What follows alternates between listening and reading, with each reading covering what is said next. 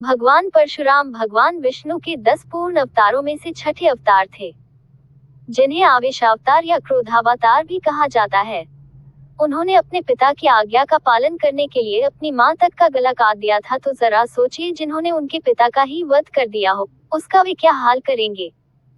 हम सभी यह सुनते हैं कि भगवान परशुराम ने समूची पृथ्वी को 21 बार क्षत्रिय विहीन कर दिया था। उन्होंने इस पृथ्वी से हेहय वंश के क्षत्रियों तथा उसके सहयोगी क्षत्रियों का 21 बार नाश किया था। उस समय एक महान राजा थे जिनका नाम था सहस्त्रबाहु, अर्थात जिसकी 1000 भुजाएं हो। उनका वास्तविक नाम कार्तवीर्य अर्जुन था, जिसे 1000 भुजाएं अपने गुरु दत्तात्रेय से वरदान स्वरूप मिली थी।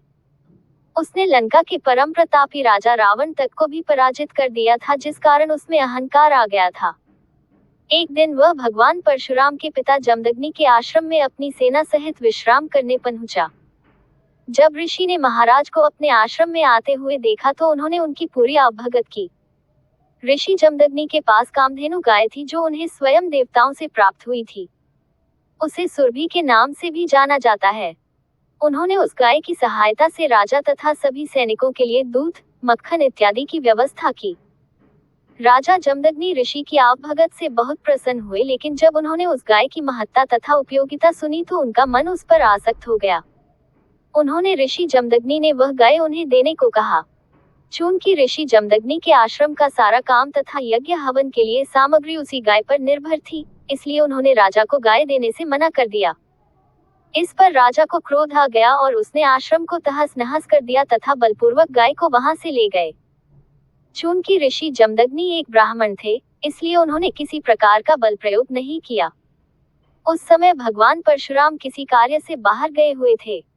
जब परशुराम आश्रम वापस आए तब उन्हें सारी घटना का पता चला।